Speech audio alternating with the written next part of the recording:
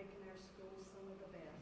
We just give you all the glory in Jesus' name, amen. Amen.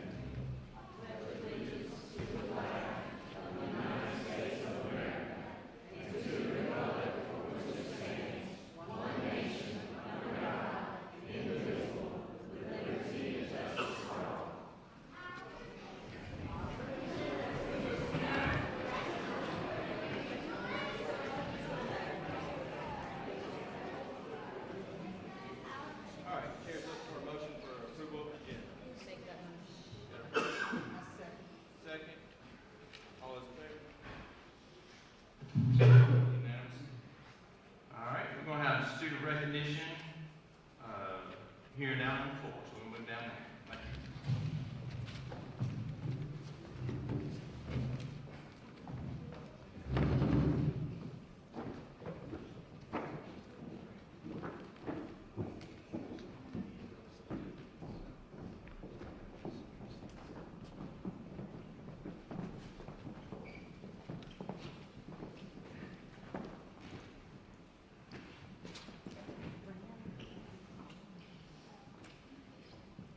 So good evening, my name is Jim Finch. I'm superintendent of schools here in Monroe County, and we are so happy to have everyone here tonight. We are recognizing T.G. Scott student staffs, and we have also school nutrition that is here tonight. So T.G. Scott's going to be recognizing their millionaire readers, grade level winners for spelling bee, and grade level winners for Young Georgia Authors. So at this time, I'll call Mr. Chad Sanders to the podium, and we will begin to recognize T.G. Scott students first.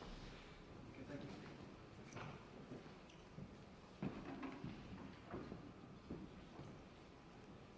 All right, we will begin with the millionaire readers, and this is an honor that we have Ms. Renfro heading up this program at our school, where students are challenged to try to read enough books that would equal 1 million words. And if that equates to dollars, they're rich. Okay, but we're excited for these kids and this ambition with the millionaire readers. So good job. And we'll start off with Emery Fuller. Please come up.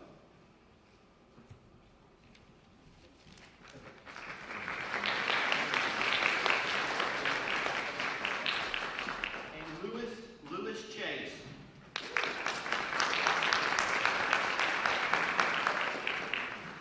Luke Davidson.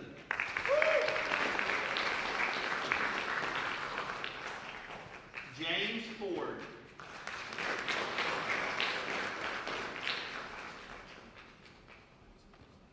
Olivia Young. Max Whitehead. And Priya Patel.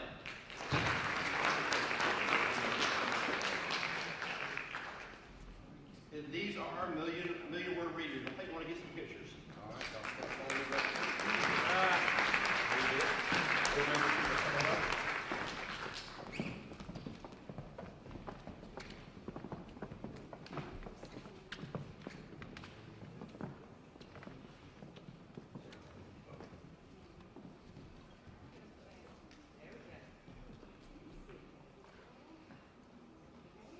Big smile for friends. Keep smiling. 3, 2, 1.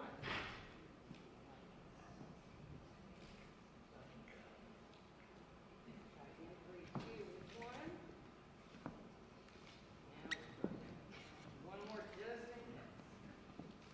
Like that. Our parents, did you get what you need? Thank you.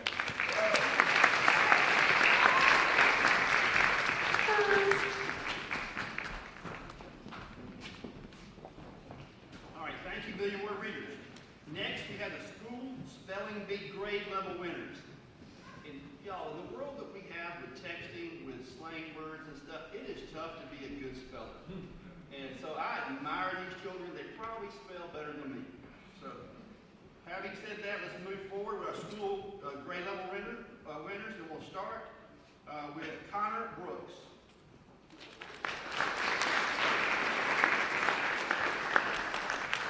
Madison O'Brien.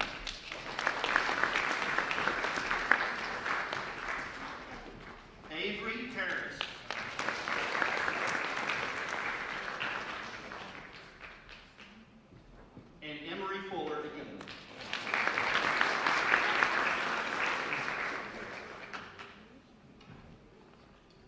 now we'd like to get some pictures.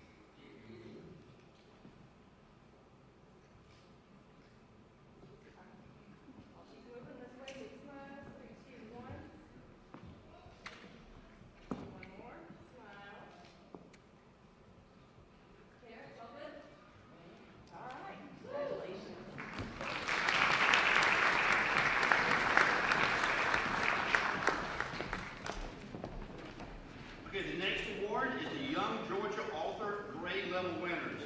And we'll have one winner presented for each grade level. We'll start with kindergarten. The student, unfortunately, is not here. He got sick. I hate it for him. Oh, he is here. Oh, my goodness. All right. Mr. T, I need that for Finn. All right, so we'll just start with kindergarten with Finn Emerson.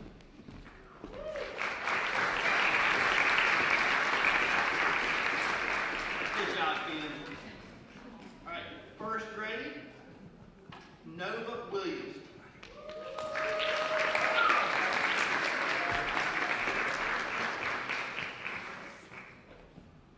In second grade, Corey Morton.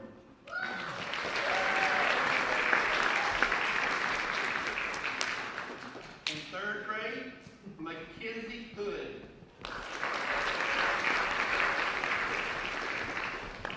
In fourth grade, Lila Dixon. In fifth grade, Summer Stickler.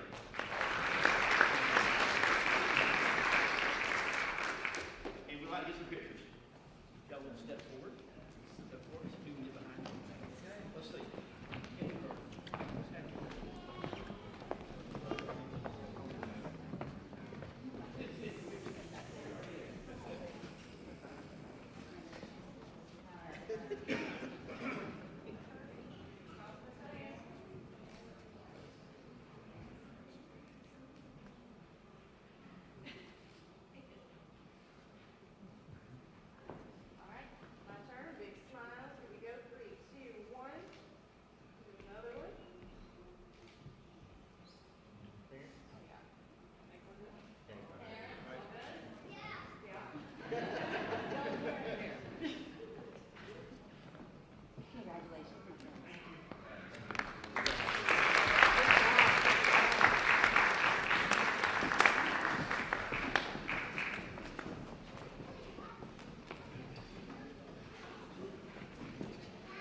The next group of awards goes to a certain group of teachers who really do go above and beyond. And I don't know if any of you have ever tried writing grants to try to acquire money for the school system, but you may write 10 of them before you ever granted one of them. And some teachers consistently know the right way to do it. And I want to just say a big shout out to this group of teachers who constantly, and some for the first time, some multiple times, have earned grants for our school system, giving back to the kids.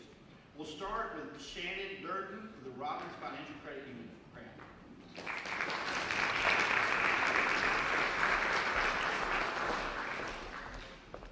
And next is Ashton Watts for the Bright Ideas grant from Southern Rivers.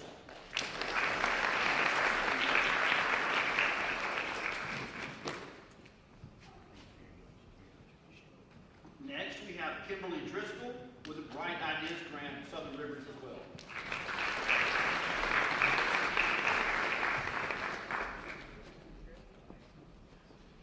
Next is Nikki Renfro with the Mathematical Collection Award.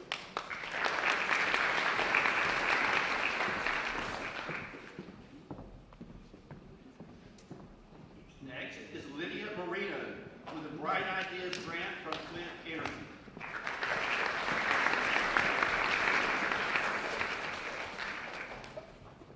And last, but definitely not least, Misty Time, a teacher grant for innovation.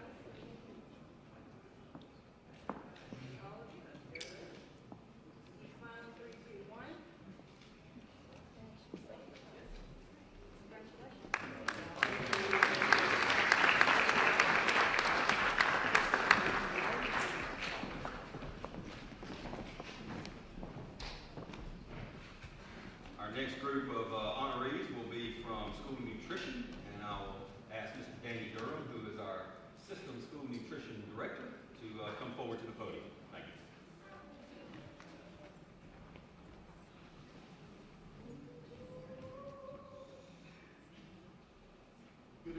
Good evening, everyone. School Nutrition Program would like to recognize this Married Person's High School Nutrition Assistant as Employee of the Month for February. She has been with our district since 2016, greeting our students in the cafeteria with a positive attitude to start their day. Her motivation and reliability and her hard work has made her an invaluable part of our nutrition team. Today we recognize her dedication and hard work every day, which serves as an example to everyone on our team. S&P recognizes Rachel Bridgers.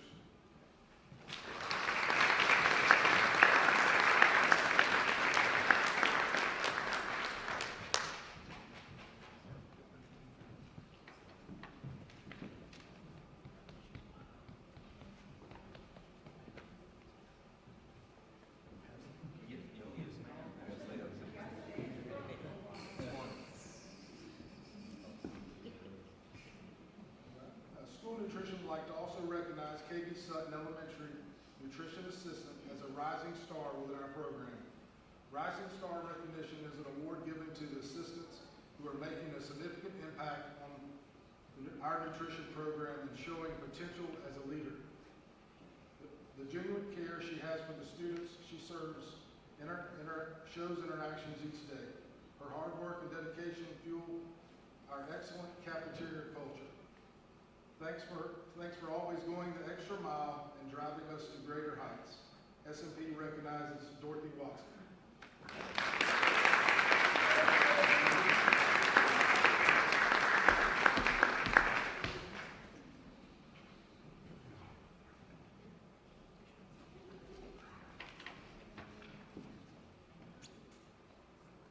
School Nutrition, last recognition of the evening honors T.G. Scott Elementary School Nutrition Assistant who has demonstrated a commitment to excellence in serving our students. She began her work 10 years ago in our cafeterias. She's always makes an effort to encourage her coworkers. I want to thank her for it and for being such a positive force on our nutrition team. I admire how she always comes to work with a fantastic attitude and even a brighter smile. Today was her birthday, so I'm not sure if she's here, but S&P recognized Commitment of Excellence Award recognizes Mary Watson.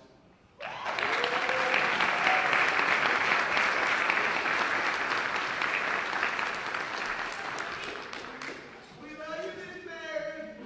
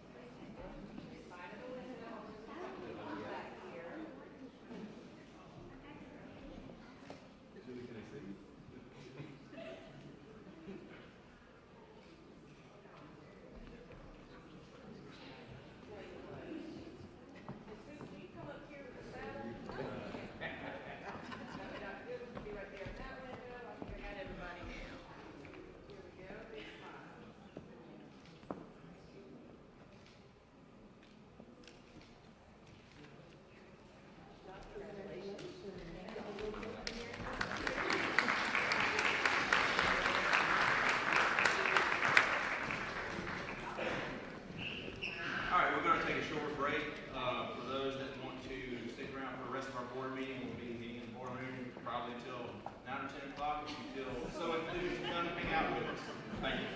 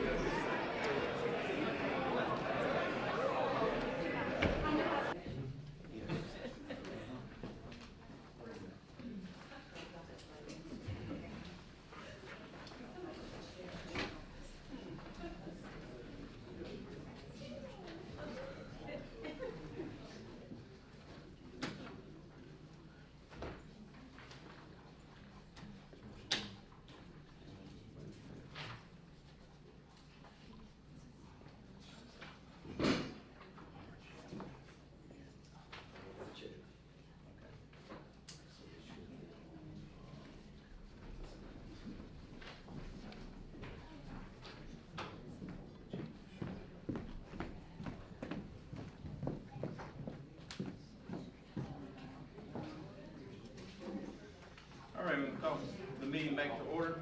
And our next thing on our agenda is our consent items. Yes, sir. Mr. Chairman, we have the normal, types of requests. We have some field trip requests.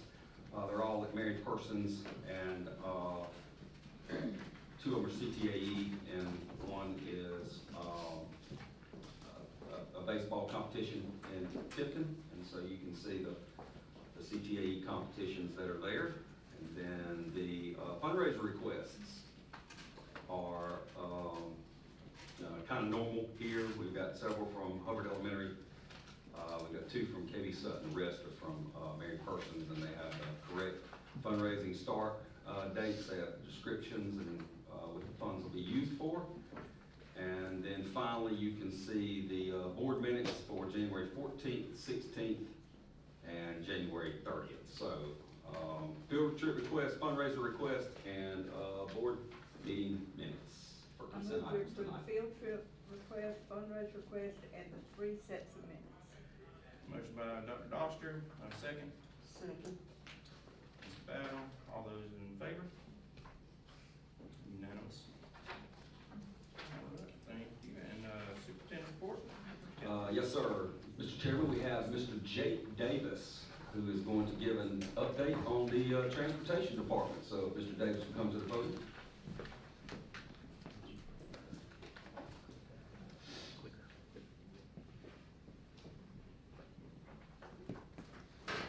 Good evening, board members. Appreciate the opportunity to be here this evening to give you an update on the transportation department. When Mr. Flanders asked me to do this a couple weeks ago, I was actually kind of excited to do it just because this is not something we get to do very often. So hopefully at the end of this, you'll have an opportunity to learn a couple things about the transportation department and how we operate and some things that we're working on to better ourselves in the future. So just to start us off, with an overview of our department, we operate a total of 87 school buses and 65 AM and PM bus routes. And in the afternoon, which is our heaviest time of load, we have 2,600 students roughly that we transport in the afternoon. But we transport far more than that throughout the day with transfers, field trips, and things like that. Looking at the staffing in the transportation department, obviously the bulk of our staff are school bus drivers, and we have 71 of those, 65 of which drive routes, and then we have 6 extra drivers that we call lead drivers that fill in for routes when a driver is out or doing a field trip or something like that. Then we have 14 bus monitors. Bus monitors are on every special needs route that we have, as well as we have some extras that ride on some of our regular ed routes. We move them around wherever we need them to make sure everybody is safe on those routes. And then we have 5 office staff members and 2 bus mechanics.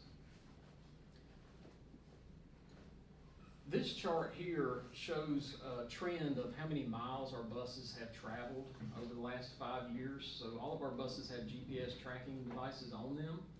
And one of the perks of having that is that we can track how many miles each bus travels or how many miles our fleet as a whole travels over time.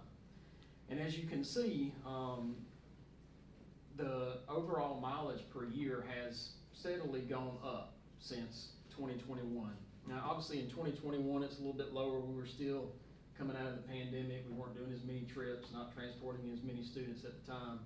But as you can see, it's been steadily, on average, on the rise ever since then. So you want to see a common theme throughout my updates tonight of an increase in demand for school buses in Monroe County, which is not surprising as our enrollment continues to grow. All right, some fleet updates. Thanks to the board's approval, we have been able to purchase a total of 14 new school buses. 11 of those have been delivered already. We are still waiting on 3 more. They're in and ready to be delivered. They just haven't brought them to us just yet. And obviously these buses were purchased with some local money, but we also had state money as well as state safety incentive money, which is the neat thing about that is we were able to get these new buses outfitted with some safety features that are new technology that we hadn't had before. And some examples of that include backup cameras, illuminated school bus signs and stop arms, as well as LED headlights and a full LED light package, as well as a collision avoidance system. So all of those things are designed to improve the safety of those buses, and we're very excited to have those on these new buses that we have received. Also, White Fleet, we were able to replace 2 of our vehicles that had been damaged beyond repair with replacement vehicles that really help us be able to operate better, so we're thankful for that as well. So buses are pretty much called Yellow Fleet, obviously. Correct. White Fleet are the smaller trucks or maybe Exactly. some other trucks or vans. Yes, and we have 19 White Fleet vehicles across the school system, and transportation has 4 of those. Okay, so some other fleet updates. All of the school buses in Georgia are required to be inspected by the Department of Public Safety at least once every school year. And so a couple weeks ago, the Department of Public Safety sent out 2 officers to inspect all of our school buses at our bus shop. And I'm very pleased to report that they found no out-of-service defects, which is a huge accomplishment. It really is. They look at tires, brakes, steering components, suspension, engine, safety devices. And any of those devices that are found to be essential, if they're not in working order, then they will place the bus out of service. So they did not find anything, which is great. And I cannot thank our shop foreman, Robert Singleton, and his staff enough for working hard to make sure our buses are safe. And we've already recognized him previously, but I also wanted to mention again that Michael Knight was named 2024 Georgia School Bus Technician of the Year. That's a big accomplishment there as well. Moving on to bus routing, the number of bus riders for AM and PM routes has certainly been on the rise over the last few years, which again is not surprising. But I did provide this chart up here to kind of show you the difference between the last couple school years, or this school year and last school year. The increase, as you can see, the blue bar are AM riders that have registered to ride the bus for this school year and last school year. So you can see the increase there with AM and PM riders. The PM has actually been very significant. It has gone up somewhere around 8%, which is pretty substantial for us. So as that goes up, we have to continue evaluating our bus routes and making sure that we're operating as best we can with our bus routes. Another thing to look at is our activity trip trends. So an activity trip is like a field trip, it's any type of athletic event, or for example, elementary, going to the zoo. I mean, anything that's a trip away from the school is counted as an activity trip. And you can see what I did here is I just took the last 4 Januaries and the last 4 Decembers that we've had, and compared how many trips we had on each of those months and years. And you can see how they have trended up from 113 total in 21-22 school year all the way up to 175 this school year. So field trips are definitely on the rise as well. Safety and training initiatives. Last year, about halfway through the year, we decided to start holding monthly safety and training meetings with all of our bus drivers and bus monitors. Prior to that, we had been following a quarterly schedule for those meetings, so we wanted to get in front of them more often and be able to cover things that were a little bit fresher that might have come up. And so these are some of the topics that we've covered just this school year. Things from railroad crossings to backing safely to seating charts to mirror adjustment. A lot of different topics. We've got a lot more topics that we'll discuss further on in this school year and into next school year also. All right, so I can't give you updates without also discussing one of our biggest challenges that we face, and that is that's staffing. So if anybody were to come to me and say, Jake, what is the biggest challenge that you face in pupil transportation? We face a lot of challenges, but my response would not be budget. It would not be student behavior. It would not be not having enough buses or not having new enough buses. My response with the most challenging part is being able to maintain an adequate number of staff that we need. Bus drivers is what I'm referring to. And it's a challenge that's being faced by every district across the state and across the country. It's been that way for quite some time, and it's just a challenge. So what we have to do is do our best to overcome those challenges by making sure that our pay is where it needs to be, and thankfully we've led the way in starting pay for bus drivers for many, many years. Some of our neighboring districts around us are trying to catch up to us, so we definitely need to keep that first and foremost in those discussions. But you know, bus drivers need to feel supported. They need to feel like they're properly trained. They need to feel like they're properly equipped and have the resources they need to be successful to be able to retain them once we hire them on. And then also, you know, just make sure as far as recruitment that we're reaching out. We've attended job fairs and things like that to try to get the word out as best we can. We also might need to, at some point in the future, look at other ways to be more efficient in how we operate so that we can essentially do more with the same number of staff that we have now, which that might mean exploring options with bail schedules or something like that in the future to try to do more with less. But it's something that I don't think is going to go away, but it's something that we can certainly help mitigate as best we can. But it is definitely a challenge that we face. Just out of curiosity, Yes. at our recent job fair, did you have any interested applicants? We didn't have a ton, but we you had did. some interest. In fact, we had an interview today of somebody who attended the job fair. So in my mind, if we get one person from the job fair, I'll be there all day. And I'm fine with that if we get one good person out of that. How many employees are you down? Right now, well, after the board meeting tonight, hopefully, we will, I believe we've got 3 positions that would be vacant. Which, let me mention this too. We're in a much better position than many of our neighboring districts are. There are some other districts that have really, really struggled with bus drivers. And, you know, it's not always easy for us, but thankfully we have still been able to provide what I feel like is very, very good service, even though, you know, we might not be fully staffed where we would like to be. So, but that is something that we continuously are working on to bring additional good people on board. And I just wanted to end by sharing this slide here, just on kind of on a positive note. We've participated in several community events this year with the idea of kind of a little bit of outreach to help not only with safety things with students that might be attending these events, but maybe even possibly have that be a recruitment opportunity as well. So we participated in some trunk or treat events as well as the Christmas parade, and we certainly enjoyed the opportunity to do that. And that concludes my updates. I'm happy to take any questions that you might have. Mr. Jake, I would say great job. Matter of fact, today I was actually at the QT, our wonderful QT here in Forsyth, and ran into one of our bus drivers.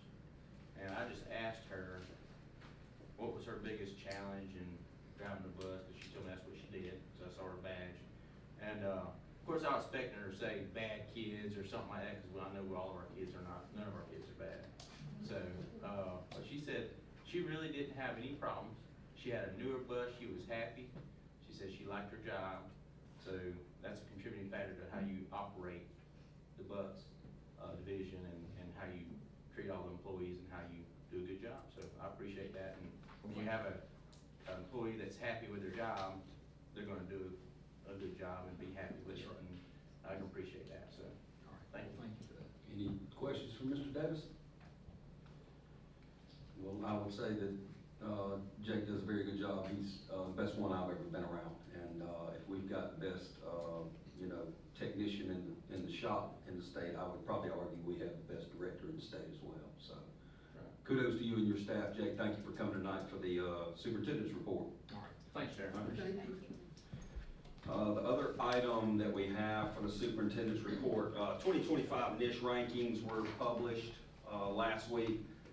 Monroe County Schools was ranked by this third-party ranking system as 11th in the state, and that's up from the 14th in the state. And you can see a lot of these are the same schools that you see here. They may be in a different number slot from year to year, and there were some that fell below us, and some that may have vaulted in front of us. But very good school systems that you see there, and we're just proud to pass along to you guys as board members of that. You know, we have development authorities, we have realtors, we have Chamber of Commerce, we have visitor bureaus who take this information from NISH and distribute it out to interested persons. So it's always good to get that recognition there as well. So, all right.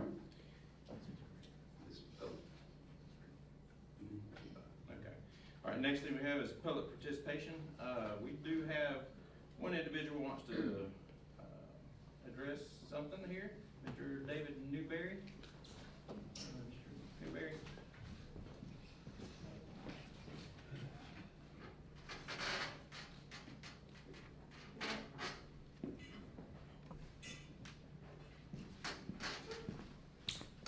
You have a presentation you want to put together. You got about 5 minutes is what we got there for a presentation, but Okay, go ahead and start when you're ready. Yes, sir. I'm David Newberry. I am the president of the Soccer Booster Club. I'm a little soaked tonight, first home game. Lady Dogs are winning 1-0 right now, so shout out to Lady Dogs. Who scored that goal tonight so far? That was my daughter, so I'm very proud of her. So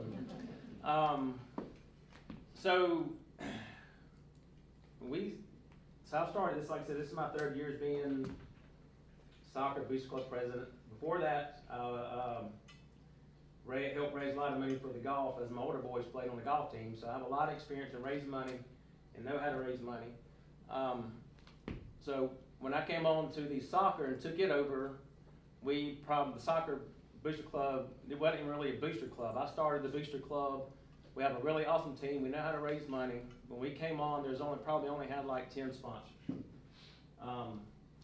My first year, we were able to get like 37 sponsors. Last year, we got 57 sponsors, and this year, we're right at 50 sponsors this year. One of our main goals was when I started, was to cover the bleachers. And we as a booster club now currently have enough funds raised to do this.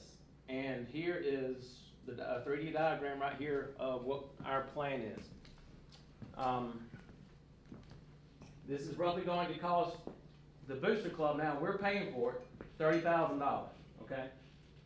And all we want is the go-ahead to get it done. And we haven't been able to get that with Dr. Finch and his staff. And now we don't understand why we can't get the approval. We're paying for it 100%, won't cost the school system a dime. And well, you may ask, well, we'd rather put that money towards the kids. Well, we do a lot for the kids. We provide meals on the bus, every bus, whether it's C-team, JV, or varsity. Every kid gets a meal on the travel games, every kid gets a meal, we pay for it, okay? And a lot of times, sometimes after the games, if it's a late game, far away game, we pay for that. We pay for new uniforms, and we do a lot. But this will also help the kids out. We have kids that watch the games, other players before games, after games. You know, they just played, they're gonna come watch the other game. I mean, it's not just for the families, it's for the families and for the players, it's for everybody that would benefit from a covered, like tonight. It's people are getting soaked out there. And when we can prevent that, right here. Tammy, Yes, sir. this is, I'm with R&D Solutions. I'm Tammy I'm sorry. Cody. This is our new tubing that we are, can I have this right here? That we are providing now. It's a 2.5 by 2.5 quarters, 14 gauge steel tubing. And, with this project, you're looking at 140-mile-an-hour wind zone, so it's actually safe for our students and our families, our parents underneath these covers. We put these covers up every day, you know, commercial buildings. We also do pole barns and stuff like that. So with this structure going over the bleachers, there's really gonna give a lot of view for the families. My son was in soccer many years, and I sat out there with an umbrella many times sitting out in the rain, because soccer is in a odd season. It's in the weather, you know, the misty weathers at night and mornings, and, you know, so this shelter would be good for the students and for the families. any questions for us? I have a question. Sure. How many bleachers we get covered by that? I've never been out there, so. What was the looking at mix, it's like there- 15 by 150? I've got it 15 by 150, so it covers the entire bleachers that's sitting there That on pretty well covers concrete. everybody that wants to see. Covers all the bleachers that are out there, yes, sir. That's the full stretch of those bleachers. I've got an opening from the back so they can come in from the back. And then, of course, the openings for the front view, side views for them to come in on the sides. So Yeah. it's really a great cover. We're also gonna have it coming down in the back here, you can see, to block the wind from the back. That's the top, that'll be right there, so yes. It's about halfway down on your back right there. How high is it, from the height to the top of the bleachers in the back? You're looking at 12 foot from the back, 12 foot up, and 13 from the front. So you are looking at a good 112 pitch on this project. Specifically from the highest point of the bleachers? 13 feet Is from the, 13 foot from the highest point of the bleachers? from the highest one.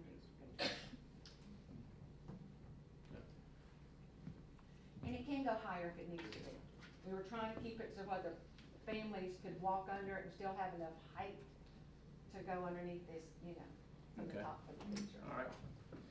Well, I found the minutes a little over, but, I like the presentation, I think, like the building there possibly, and, there's a few things that I'm not sure of for me. I know we have a 5-year plan and how this is gonna equate to it. I'd like to look at that. I know I'm assuming we're gonna be anchoring the concrete or some of, probably the dirt too. It's all anchored. Okay. The Yeah, I know full it's slab anchored. is concrete. Okay, but, I'd like to see how, I know we got our 5-year plan, and on top of that, how that's gonna incorporate in it, so I don't think all of us board members have seen it and understood that either, so I'd like to look at that a little bit more before we make a decision on it, Okay. before we go forward, but it is a viable option. Are we in the middle of soccer season now? First home Yeah, game it tonight, started. yes, it just started. Yeah. So can we put a rush on this? Well, I'll tell you why that we didn't approve it, is because, we didn't have it in our 5-year facility plan for Providence, okay? One of the other reasons is we appreciate the generosity of obviously the soccer boosters, in providing, you know, this at 0 cost to the district, but it also adds 100% of liability to the district. And, overhead structures like this are some of the red flags that our risk management has pointed out to us. And quite honestly, any type of facility change that we do, we much rather vet it through our team of architects and engineers and let it originate from that standpoint. be quite honest with you. And, you know, when Mr. Newberry brought this to me, you know, none of that had vetted out. It had vetted through him, but it didn't vet through our team. And, again, I appreciate the generosity on it, but that's one of the main reasons why we didn't move forward with it. And, you know, that is a lot of money. As a superintendent, it concerns me that we have that much money over there. I mean, I applaud the fundraising efforts in that. I would like to see, just like Mr. Newberry said, I would like to see more money that is given to the kids, whether it's in, you know, uniforms or equipment or, you know, paint on the field or other items that are gonna do that. The other thing that I would say is that if we've got this type of financial strength and stability, I'd also like to see our families not being charged fees, because those are items that have been brought to me as concerns from soccer parents. That we have enough money to be able to run all of this, but we still are having to donate items for the concession stand, or we're still having to, you know, individual player fees that can, you know, run $150, $200, and then being asked to fundraise on top of that. And that can be a burden to people, and to me, you know, that's as a soccer parent too, because I am one. And got 2 students in the soccer program now, and I have one that graduated from there. So I've seen a lot of good that has come out of the Soccer Booster Club. I've seen that Mr. Newberry has been an engaged parent. He was an engaged parent when my child and his children played golf, and he does do a very good job of that. It's just that he and I didn't see eye to eye on this, and where his priority list was for our 5-year facility planning. We did not want to go out and do random one-job projects as well. We wanted to start seeing these projects exist inside of a master plan, and that was what the board asked of me to do. And at that time, when we put it in it, this was not part of that. And so we didn't just pick up the paper and throw it away and say, you know, this is not good. This was given strong consideration. But, you know, we have a lot of other sports that play in the rain as well. And so we wouldn't be setting precedent for people to get wet when they see a sporting event. So for me to say that we're gonna put a rush on it, I can't promise that is what I'm saying. Well, I think Because the other booster clubs need to get busy and raise some money. Because as a parent, I wouldn't want to sit in the rain. May I add to this? You were talking about engineer drawings. Our company does provide engineer drawings for our structures, so that way you would have those once we get the project undergoing, then you would also have those engineer drawings provided for the building. May I say something? Go ahead. All due respect, Dr. Finch, you mentioned about the player fee. The only reason why we do the player fee is we need workers in the concession stand. And people, and if somebody volunteers to work in the concession stand 3 times, their player fee is waived. That's the only reason why we do the player fee. Because we have a hard time getting people to work in concession stand if we don't do that. So it'll be left, nobody will be in there working. So that's the only reason why we do the player fee. But, you know, I don't know, you're talking about the 5-year plan. Does that 5-year plan have entail anything with the soccer program? Well, the overall goal on that facility space out there involves soccer and softball, and what we'd really like to be able to see is get a structure for softball out there, so that existing field house that is right there at the soccer field would become soccer only. And so right now in the fall, it's shared with softball. There's a little bit of flag football that has to go on in there too at some point. And then in the spring, it's girls and boys soccer. But we have not progressed our facilities at the softball complex the same way we have at the baseball complex. And when you have a gap between a female sport and a male sport right there, you gotta close that gap. And, that's what we're attempting to do right now, is to close that. So we really wanna make the plan now is to make that soccer field house a soccer-only field house. So what was the timeline on this? We want to do it right now, we want it for this season. And you can do that while you having soccer season going on? It's only gonna take 2 days, you said, Sure. to put it up, not to get it installed, but to. Like, sure, I got. You gotta order, it, I cut you this gotta put thing. things together. I got you. We're between 4 and 6. We're between about 4 to 6 weeks out, Yeah, but we about can do it, put up. but we'll schedule it to where there are no home games, you know, We got you. and for a 2-day period, yes. All right. Um, Well, I wanna take a little bit more, look at, especially of our liabilities and what that's gonna entail on our end.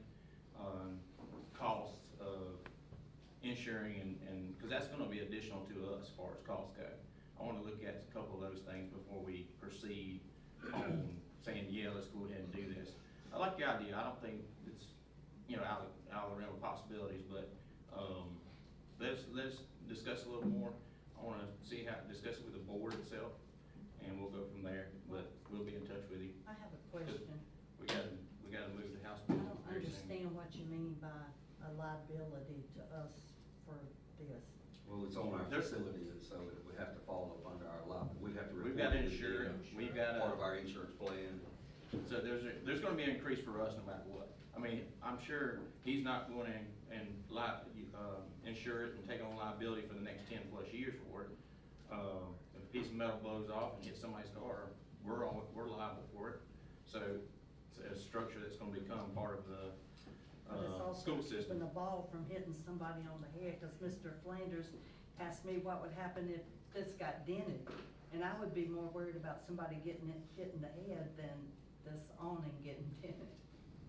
Well, I don't getting dented, I'm talking about other things, but we're gonna need to look at our liability and our cost of liability. We're gonna have to look at it before saying just yes to anything that comes up, in my opinion, but, I do wanna take a look at a few things. It's not something that we're just gonna throw away to the side, we'll look at it. We got a House bill hearing we've got to have before 7 o'clock, so. All right. I hate But to we'll- cut y'all off. But We'll take a look at it and be serious to look at it. Thank you. Okay? Yes, sir. Thank you. Thank you. All right. The next item on the agenda is a public hearing for House Bill 581, and that's open for public discussion.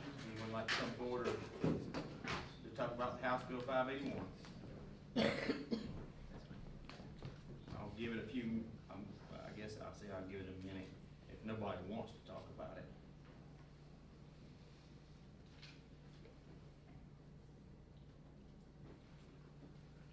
I'll make a couple of comments.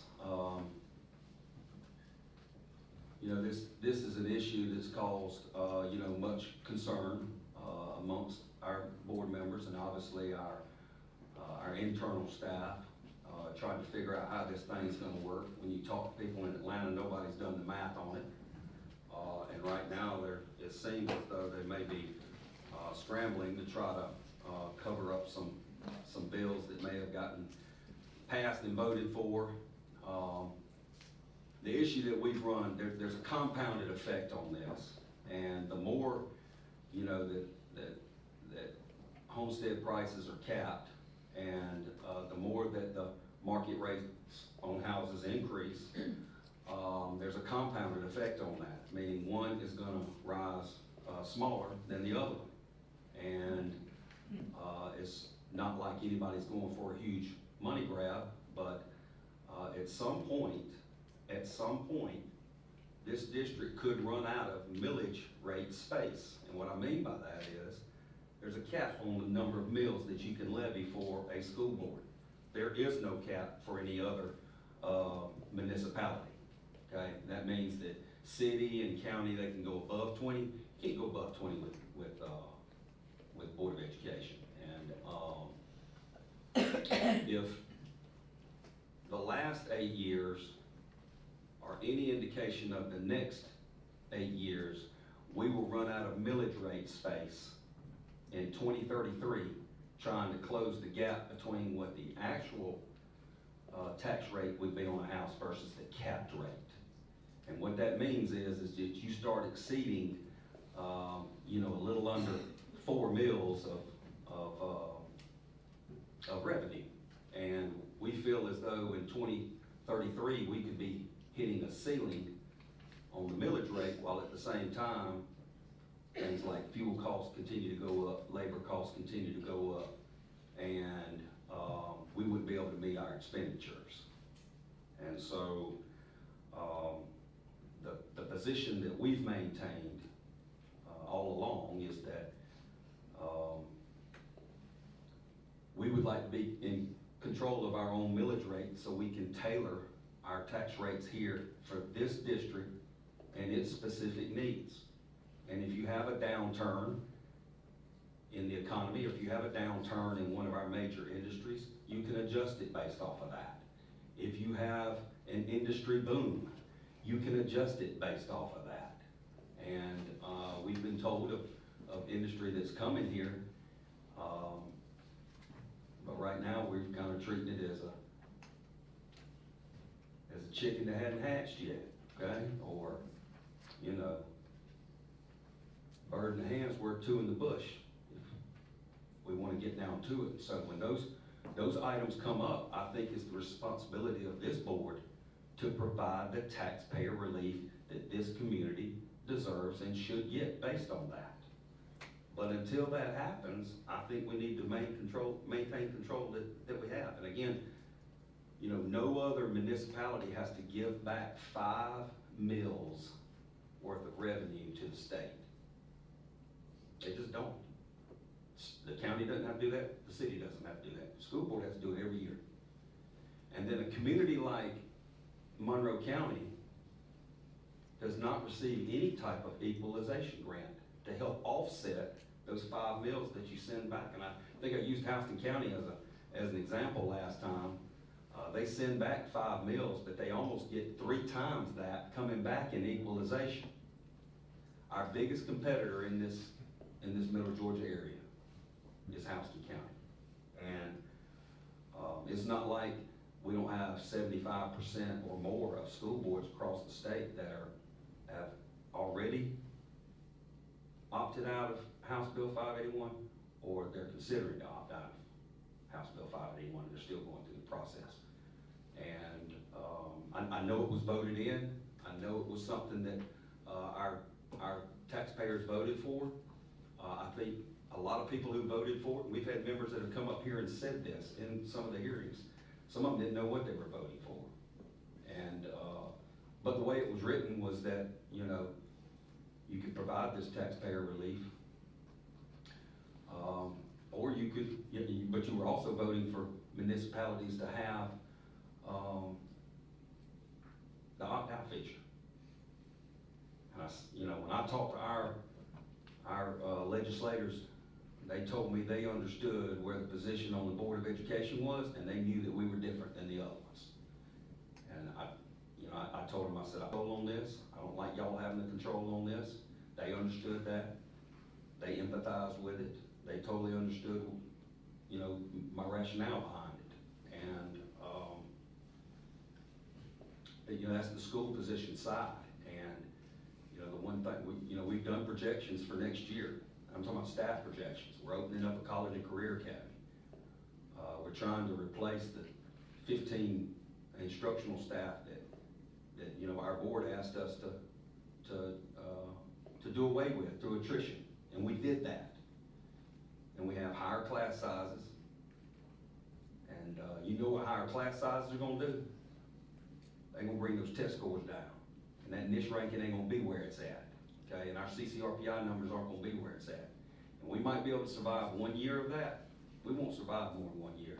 And we're looking at having to add $2.5 million worth of labor into our budget next year that's not in the budget this year.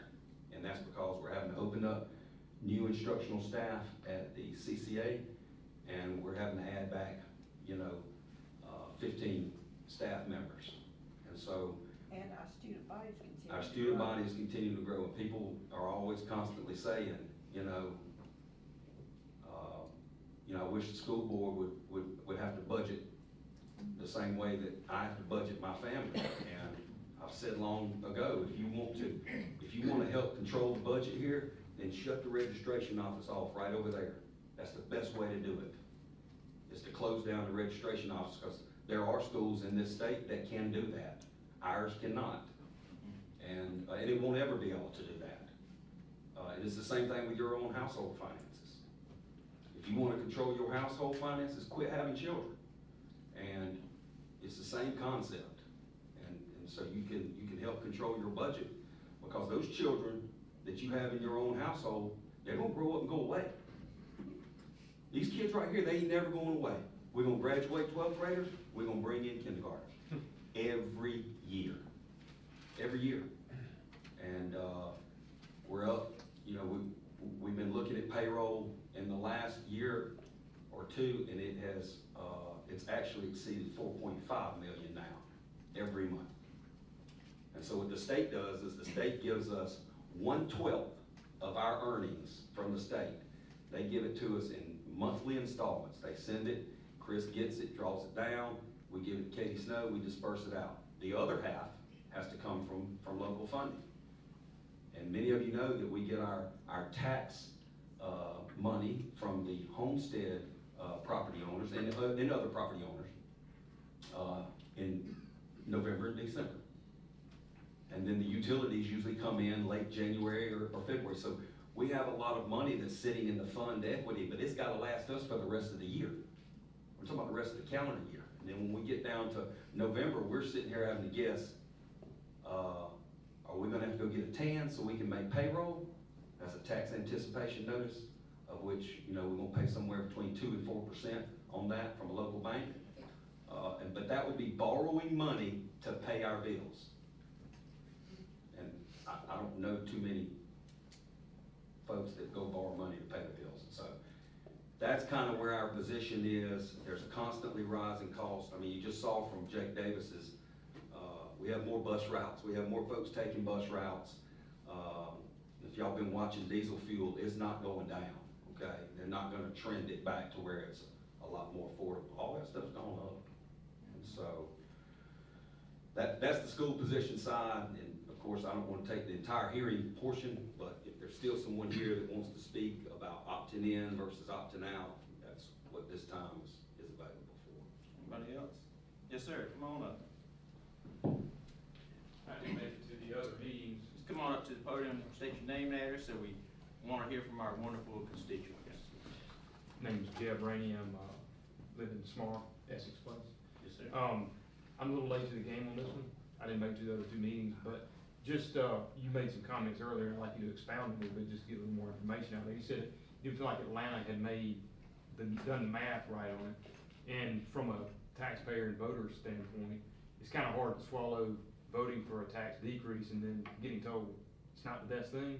So help me understand what you mean by that, if you can kind of do it in a summary fashion. I know we have limited time. So, basically what it would do is it would cap the amount of home, like, I'll just tell you, my home got reassessed last year. Mine too. Okay, and it didn't get reassessed every year. Right. So there's an inflation rate over 4 years there. I think it was last reassessed in 2020. And so the value in my house from 23 to 24 rose 17%, but it really rose, you know, a little bit over 4% each year. Well, the price index can be as low as 1.45 we've seen. It can be as high, you know, in 2020 or 2021 as 8%. There was a lot of volatility in the CPI, but at the end of the day, you know, you would lose revenue on the increase in market value for your house and associated tax increase on the value of that house as well. And so when it gets capped, you don't get the same amount of money as you would as if there was no cap. So what happens is, in order to make up that loss of revenue, you got two choices. You can either increase class sizes or cut down bus routes or start letting people go through attrition and matters like that. Or you go on the other side and raise the millage rate. And so you get the tax relief on the homestead side, but then you're having to pay more in millage. So did you really get a tax break? Is where the math comes in. The other math part that I was referring to though is there's a compounded effect on it. And so a compounded effect is not a linear equation, it's more exponential, which means that when you see it on a graph, it rises like this, okay? It doesn't rise at a steady rate. And so in the next 5 years, I think we could probably adjust millage rate, maybe some attrition of staff to try to meet budget.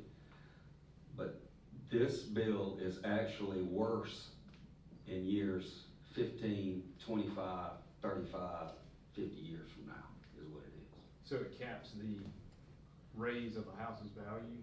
It capped, yes. So if your house went up 17% on the tax assessor's value, you would only pay maybe what, 3% of that, not 17%. So it only applies to a portion of the increase? Yes. So it wouldn't be the entire percentage. Statutorily capped, so that it raise as fast as maybe the market value? That's right. In fact, the rate, it just considerably grows slower.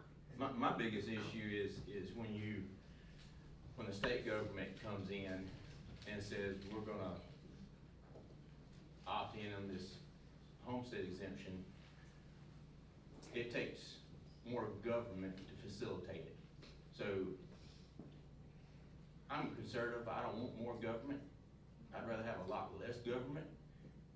It's gonna increase our personnel locally and at the state level just to implement all this. You got 159 counties and you have at least 3 entities per county. Your school board, your county commission, and your city. And they're all gonna decide whether to opt in or opt out. You know how many differences that is through 159 times 3? I mean, that's a lot to manage. So you're gonna increase government, that's for one thing. Second of all, I like the fact that we can control our millage rate ourselves, and I would rather look to opt out and reduce our millage rate if possible. And, you know, that's more local control, whether states, you know, having more control over us. Like he said, the equalization funding, they're gonna collect from us on a unsuppressed digest, but we, you know, take our, you know, get our funds from our taxpayers on a suppressed digest at that point. So, you know, you're giving more control to the government, in my opinion. I don't want more government control. I want us to have more control as a local body. And truthfully, it's easier for the constituents of Monroe County to hold us accountable than our state representatives, in my opinion. So I like that aspect a lot better. It just gives more local control to our constituents. So. And the other part of adding more government to the equation is, you know, you could see, in order to be able to offset some of the loss of revenue, you could see reevals that are done every year. And that would increase the amount of the office of the tax assessor. I think our tax assessor has been doing it every 4 or 5 years. And now this House bill goes to every 3 years or less than that. So your increased values can go. And because the greatest compounder or amplifier to the compounding effect is because you can't assess every year. So the law only requires every 3 years. So since you're not reassessing every year, that inflation factor that Dr. Finch has referenced, that's just in that year that it's assessed. But there's been 2 other years that there's been no increase. Now you can catch up with that, which is what he was referring to, in 1 year. But you could instead only catch up to whatever the inflation happened to be in that year. So if it were 1.95%, like Dr. Finch mentioned, it just happened to be in that particular year that your house was assessed. It couldn't increase more than that, even though it may have been 3 years since it had been assessed. So that factor only applies to the year of assessment, not each year. Correct. Up to and through Because that's assessment. the last market assessment.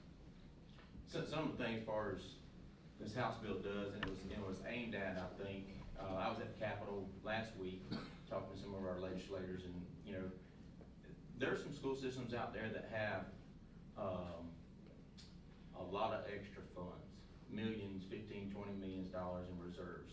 We don't have that kind of reserve here. We run a lean budget, I've said it before. You know, when we're running and we can make our payroll and make our payments and we only have 2 months in reserve, I'd say that's pretty darn lean. And that's and we've been able to manage it.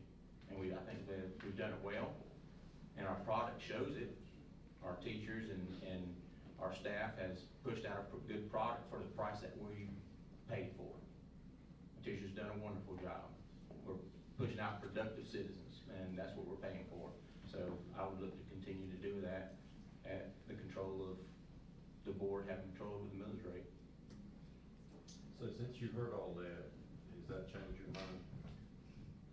It helps, it's a little bit too complex, and I do this all day for a living, not necessarily this, He is a numbers Do you guy. still lean toward opting in or opting out? I don't like the fact that I voted for a tax decrease, and now the government's telling me we're gonna increase it. The other optics that looks bad to me, and I understand completely this is not how this works, but when you're doing a $10 million increase on the football fields, and then telling me you're gonna take the tax revenue, now I understand that's SPOS money. I understand how that works, Yes, sir. Delton County government. That's right. But your everyday person may not necessarily realize that. So educating the public on how this is working, and I have seen a couple of articles in the paper and whatnot, but some of the things I've heard here and just talking to other people about it in recent days leading up to this, gives you a little more information about it. It's kind of like when you back up to the COVID years and all the federal laws being passed on ERC and PPP and all that.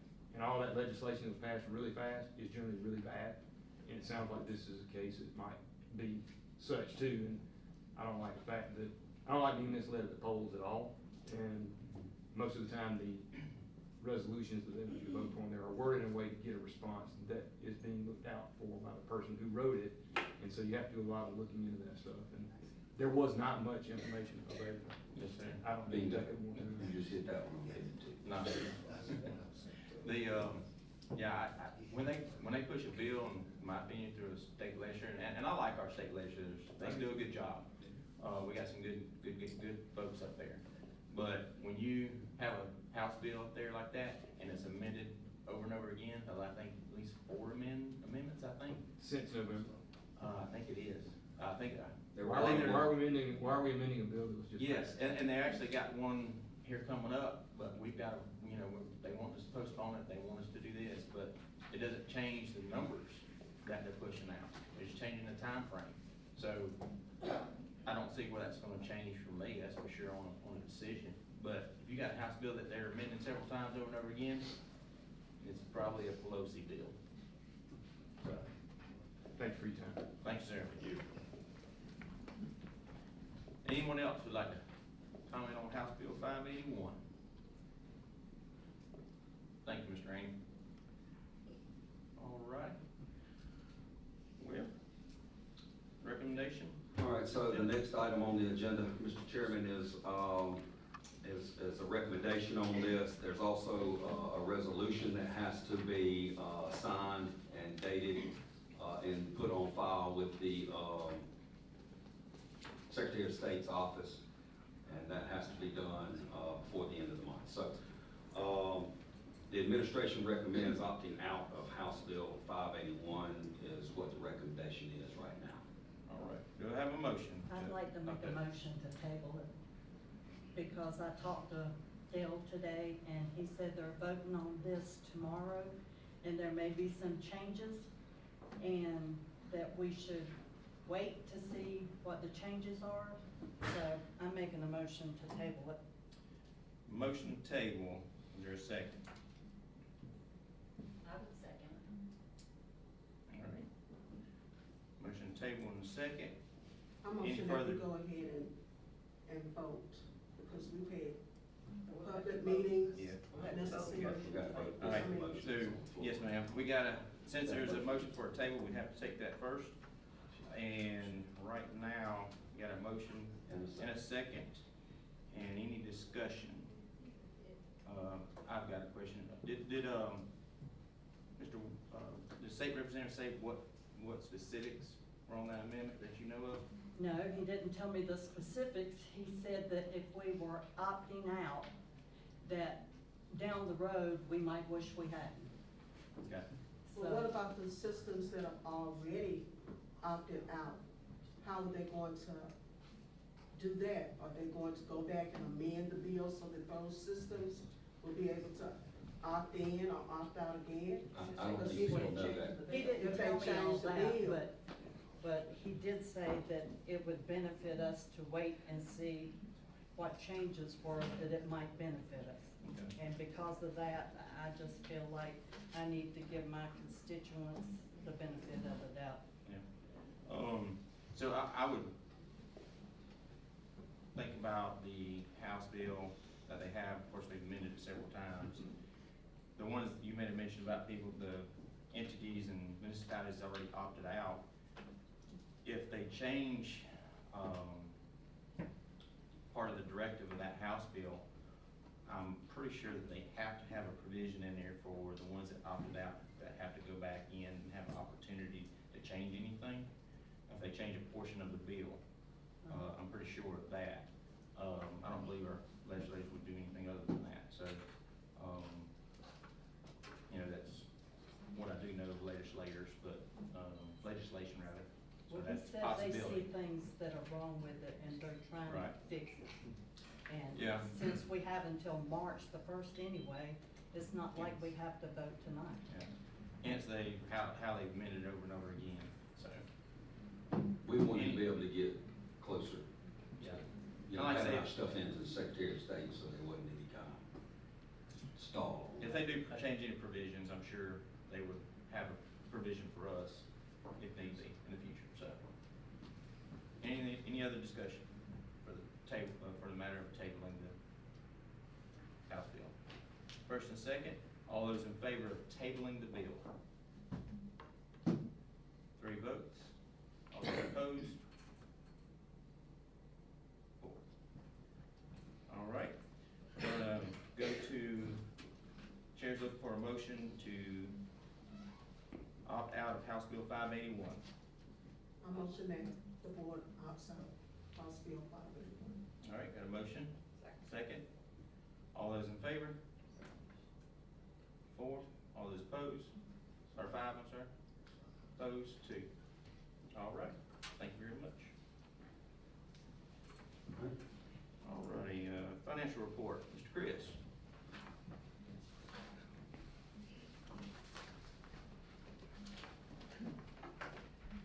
Good evening. Good evening. We're in our mid-year stride right now, so things are going along real well. Like Dr. Finch said, our payroll is for January was $4.5 million out the door. That's the highest it's ever been. And I don't see it really going down. Y'all have been talking about different House bills. There was one that I read about today that will allow all of our non-TRS employees be able to join TRS. All your bus drivers, your custodians, your school nutrition workers, they are under PSERS. Well, this bill would allow them to join TRS. That would mean we're gonna pay in excess of 20% of their salaries more in the future. So, that's what they're looking at. So, benefits are not going down. Yes, sir. So, Sure they won't fund any of that either. no. Well, the advantageous of that is to have great employees and taking care of our employees. Yeah. And paying them well. I understand the logic behind what they're doing, because the PSERS system is not as good as the TRS system as far as when you retire. So it would benefit the employee, but it would definitely hamper our budget. This past month, what we paid to state health was over $1 million. And our TRS was 700 and some thousand. So all of these costs are increasing. But we're still able, we're paying our bills, on time. We do have money in the bank. Like Dr. Finch said, if you look at this general fund ending balance of $9 million, that's gotta last us until October. So, And we get state funds. Yeah, we get. we get to about $2.5 million a month in QBE money. Right. So between that and what we have to stretch it until October or November Sure. this calendar year. And we think we can, so. If you look at the second page, that is our debt service. In this fiscal year, we have paid off our 2019 bonds, and we have started paying principal payments on our 2023 bonds. That's why this amount is so much larger than in the past. Those 2023 bond, the principal payments are almost $5 million a year, just in principal. The next page is our capital projects, which is SPLOST. We did receive $713,000 for the month of January, so that was a welcome surprise. It's been running around 640 to 650, so 713 is a good month for us. And then finally is our federal funds. And like I say, every month, you know, we spend that money first and then get reimbursed, so it's always gonna be in a little bit of a deficit, but we will get that all by the end of the year. So, is there any questions? Wonderful tight budget. Thank you, Mr. Chris. Thank you. All right. Got some BOE meeting dates? No, facilities and grants before that. I'm sorry. Mr. Flanders. Good evening, board members. College and Career Academy, freshman campus. Over the next couple of weeks, the outside of the building will come to finalization. They're over there paving, setting up for paving today, getting the curb and gutter work done around the building. It's gonna be taking place.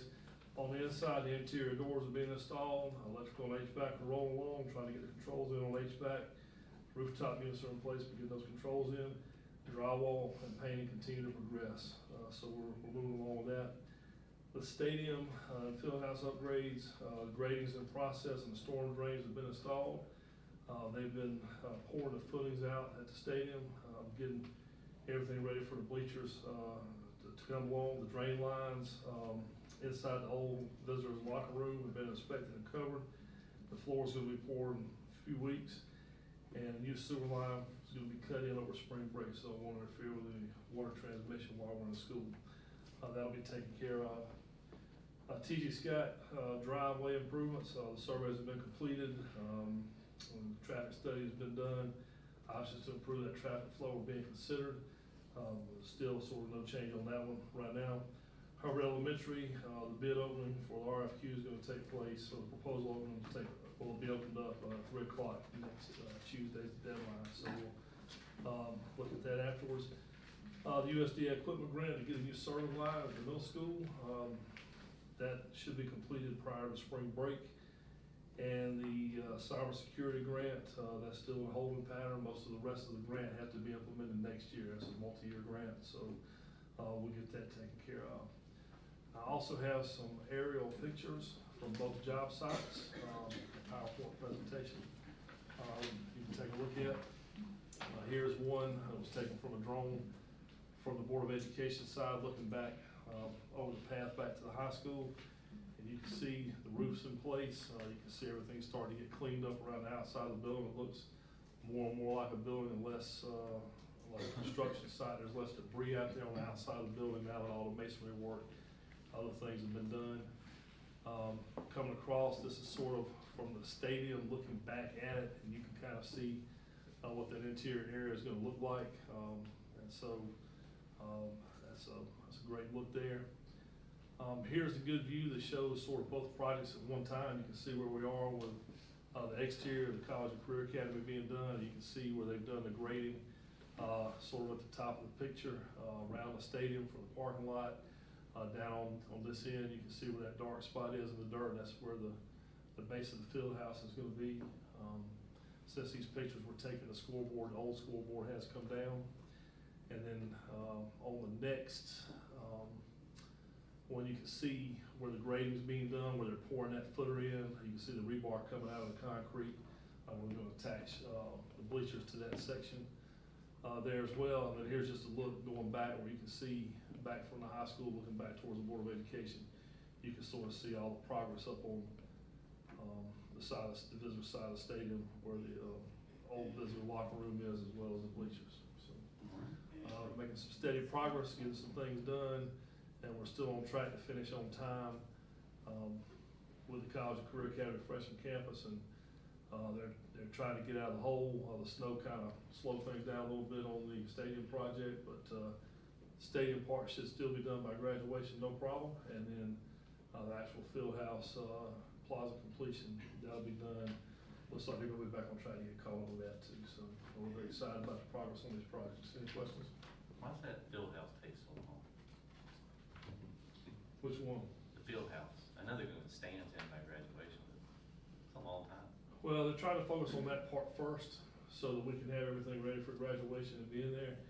And then just the size of the structure, when you put a structure in place, you get to outside of the building, it can go up fairly quickly.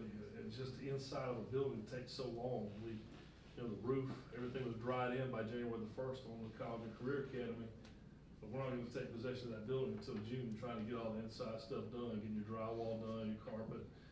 We're not using a lot of carpet, so we're using a lot of tile floor and things like that, getting paint in, getting ceilings, drop ceilings installed, things like The that. other thing is you gotta reposition the field. You gotta blacktop all of this back here, okay?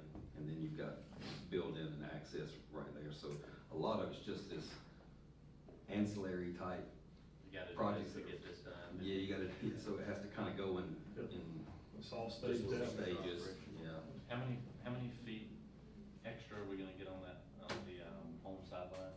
It should be what? About 20 feet, I believe.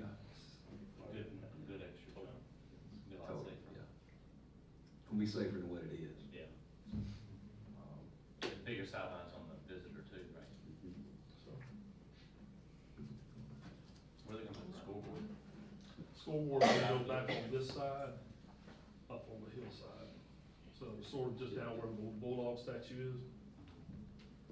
Sorry, I closed that out when you asked the question. Now we go. It's gonna be on the opposite end of the field, but it'll be more on the visitor side. It'll be angled a little bit more towards the home side. Don't put bulldog eyes back. The Bulldog eyes I've are heard not that, coming I've back. asked that. We might be able to project them up on that screen and get a graphic up there that shows that, but the actual, I just- Bulldog with the green eyes. I was asked that. That's not, surprised people still ask about that. All right, thank you, Mr. Flanders. Yes, sir. Now the beginning dates. Yes, All right, so sir. these are the ones, February is typically the month where we, present these to you, for board meeting dates starting, for the August school year. And so the first date, you'll see that we already have the ones planned out for this, going up through July. So you go August through July every year, and so this is 2025 to 2026. And it's kind of rubber stamped from year to year. It's typically the second Tuesday of every month, unless that Tuesday happens to fall on a spring break or fall break or the Gale conference in the summer, okay? So we tried to put all those out there, and so, our recommendation, or, the recommendation that we're asking is that these dates are approved, for the next fiscal year. I move we approve the proposed dates for the FY '26 school year board meeting dates. got a motion to approve the meeting dates, and have a second. All right, all those in favor? Unanimous. Thank you. All righty, next order of business is, change order on freshman campus. Dr. Finch, tell us about it. All right, this is, we're gonna have a change order to, the freshman campus and the College and Career Academy. I'll explain how this happens. You know, when we do any of these major projects, there's always a GMP that you vote and approve, and what that GMP stands for is a guaranteed maximum price, okay? There's contingencies and allowances that are built into that, and then when you exceed that, you have to actually vote again, because now the price has actually exceeded what the GMP was voted. Now, how did this occur? Well, when we started with the idea several years ago with the College and Career Academy and trying to put one in place in this community, and you know, when you come together for a College and Career Academy, there are a lot of entities that come to the table, okay? You got Chamber of Commerce, you got Development Authority, you've got local industry, you have colleges, you have technical colleges, you have mayors, you have county commissioners, and then you just have interested individuals as well as the school board. They come together, the school board and school administration, they come together and decide what's gonna be in the College and Career Academy. And so when we start considering the pathways that are gonna be in there are multiple pathways that you can put in there. And what we originally went with was several that included two very new ones, one of them being logistics, the other one being manufacturing. Well, over the last probably 4 months, we've been told by personnel at higher ed and at the technical colleges that they're not able to find manufacturing instructors at their institutions. And they said, good luck trying to find them for your College and Career Academy, okay? Well, at that point, I felt it was probably more prudent to offer a pathway we kind of felt like our kids may actually know a little bit better. That being welding instead of manufacturing. And currently, the only welding that we run on campus right now is through our ag mechanics and our agricultural program. The only other welding that you may see is if a kid goes into dual enrollment at a Central Georgia Tech or somewhere else to try to be certified as a welder. So we really felt like in order to get this College and Career Academy off the ground the way we wanted to, was that we needed a little bit more of a popular, more student interested type activity. And so the way we're thinking about it is that you may start to get a kid that comes out of an ag mechanics portion of the agricultural pathway and end up trying to do something in our College and Career Academy with welding. And so we're already faced with trying to find a logistics instructor, and right now it's looking as though we're gonna have to contract with Central Georgia Tech in order to get that done. Right now we only have one section of logistics that we think that we're gonna see in there right now.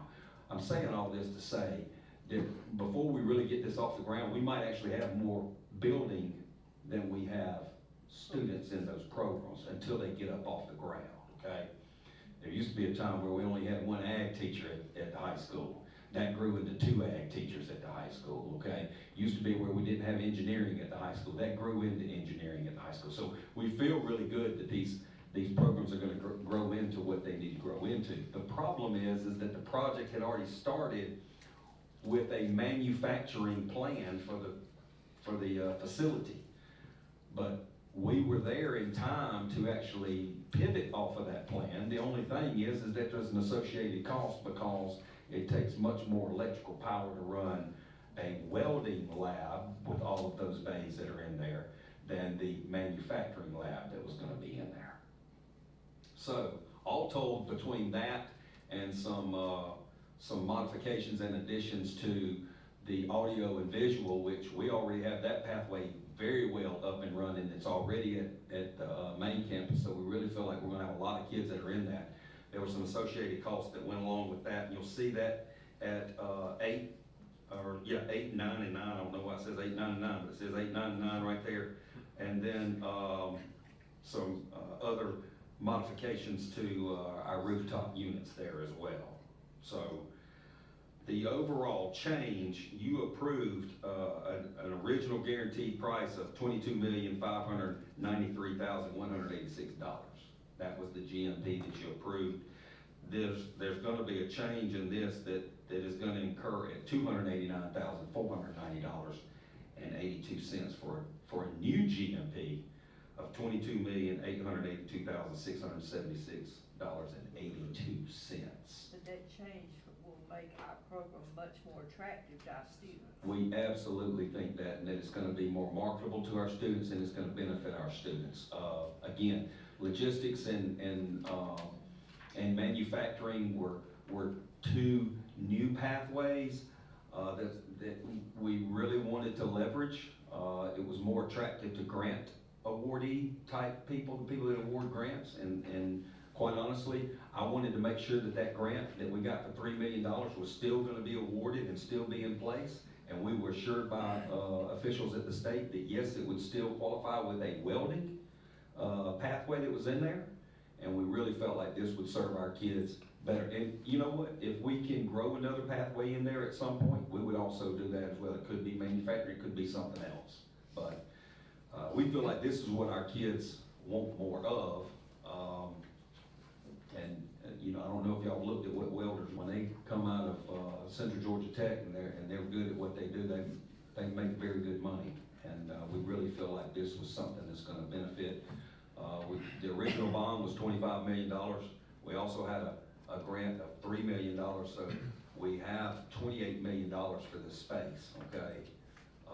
And we're still not towards that with any type of change orders or any other type of contingency, so we feel good about that. Within the budget. Yeah, still with them. Okay. So I move we approve the change order as proposed. Yes, ma'am. All right, got a motion? A second. Second. Any discussion? All those in favor? It is unanimous. Thank you. All right. Next order of business is our BOE member compensation. This was brought to us by a few board members and discussion to make a change for that. And if I can remind some of you that, you know, our board asked us to go do some of the study and to see what it looked like, and if that's one of the supporting links that are in here, and you can see what surrounding counties around us, and this board gets paid per meeting. So if there's a called meeting, you get paid per meeting. If there's a regular meeting, you get paid per meeting. If there's only one meeting per month, you just get paid per meeting. Now, other districts that we were finding, they just did it on a per monthly basis, okay? And so you can see what these other counties are allowing. Sometimes there's a difference between whoever the chair is and what the other board members have, and sometimes there's not.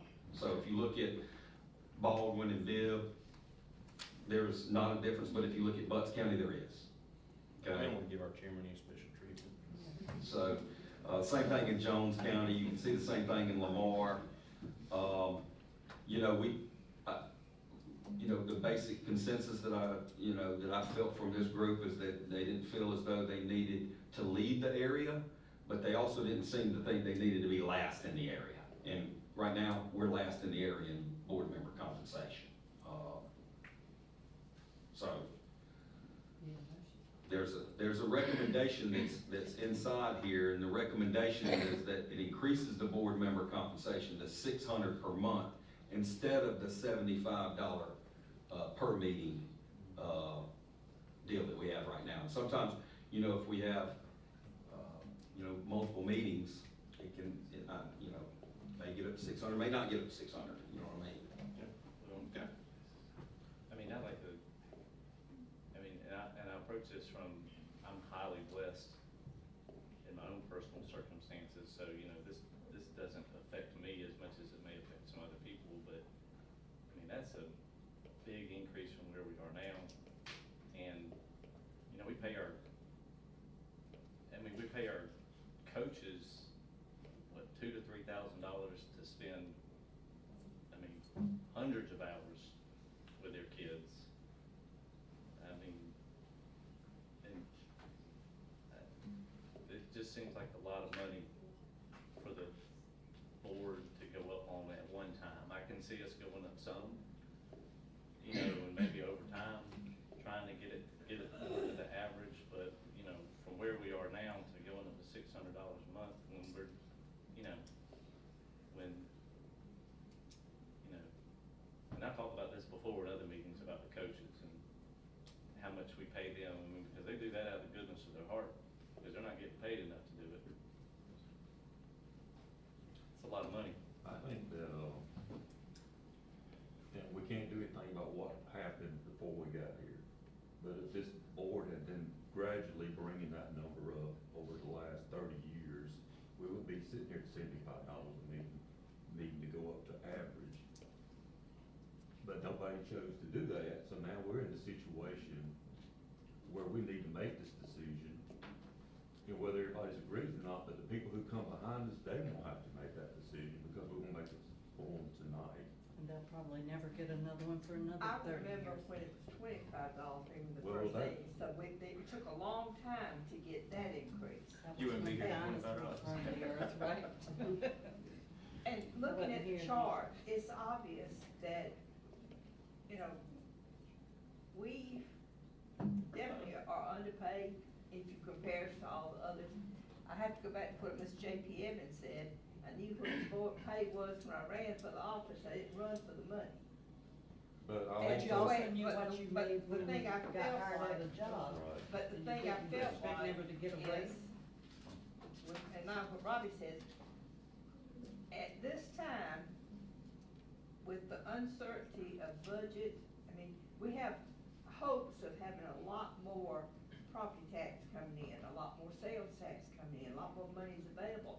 But right now, nothing's guaranteed, except that those students are gonna keep increasing numbers and our expenses are gonna stuff. I don't feel like the board should pay themselves an 8 times increase, cause $75 to 600 is 8 times. And I just think that's out of line, I mean, but 1%. when you vote to opt out of something the county voted for, you're already taking something from the county, so the fact that we opted out, I don't see a problem with paying $600 per person on the board. Because we've tried to do this before and people keep saying it's not the time. Well, the only thing that's guaranteed is death. And I've been on here 18 years and I've been making $75. I spend a lot of time volunteering. I don't get compensation for it, I don't expect it. You I don't don't go expect to it. the schools for a photo op. You know, I go because I care. But also, you know, like Miss Battle said, you know, some people, it takes $75 to fill up their vehicle. And you can always give your money back. You don't have to take Yeah, the $600. do like Greg, do a photo feel op and free to get your do money that. back. If I could just make. Yeah, I enjoyed that. If I could make a point real quick, is I feel like I've been looking at it, that it really limits who can run for a Board of Education seat. Because a lot of people work hourly, you know, they get paid hourly, and if, you know, they're taking off work to go to, you know, conventions or training and things like that, they're missing days of work, and, you know, somebody wouldn't necessarily all the time, you know, there's people who are retired or people that don't need to be reimbursed for their time off, but there's people that would need, that would be a deciding factor whether they can run for the Board of Education or not in the future, so. And that's for a lot of them. What's that? That's for a lot of elected seats too. Yeah. You know, I mean, a lot of But folks it is, can't but- forego Right. cash or whatever, but again, we have a recommendation there, so I would. I make a I would say- motion for the raise. For the pay compensation to be $600 per month. First, motion and a second. Any other discussion? All those in favor? 4. All those opposed? 3. Motion passes. All right, let's move to student stakeholder engagement. We don't have anything for there. We actually need to enter, and we just need to enter executive session. All right, look for a motion to go into executive session. I make that motion. Second. And so our, Second. Ballot litigation. Our recommendation is for personnel and litigation. Personnel and litigation, yes. Thank you. All those in favor? First, motion by Eva, second by Mr. Goodwin. All those in favor? Unanimous. Thank y'all. Got to step out, move them. See if we can't clear for executive session fairly quick.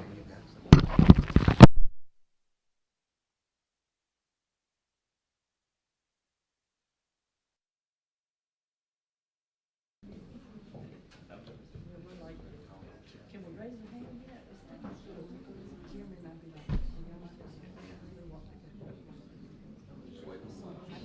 We're just waiting for the cash.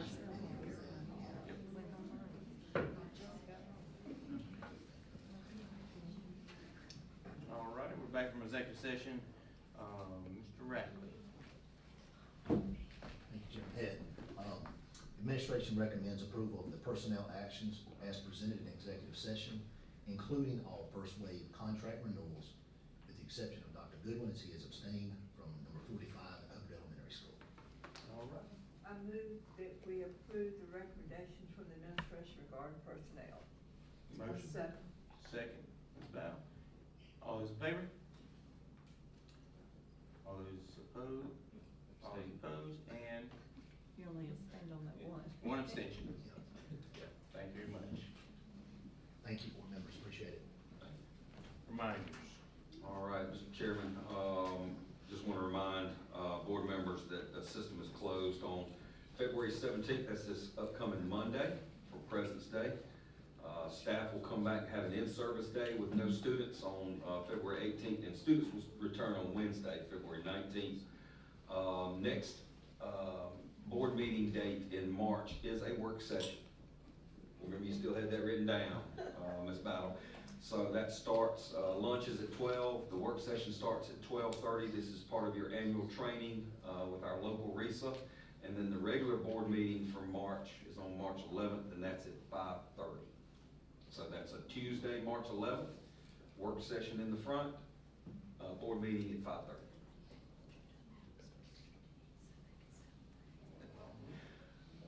And the last reminder is, when personnel actions were approved tonight, Mr. Tamarcus Taylor was approved as the next principal at T.G. Scott.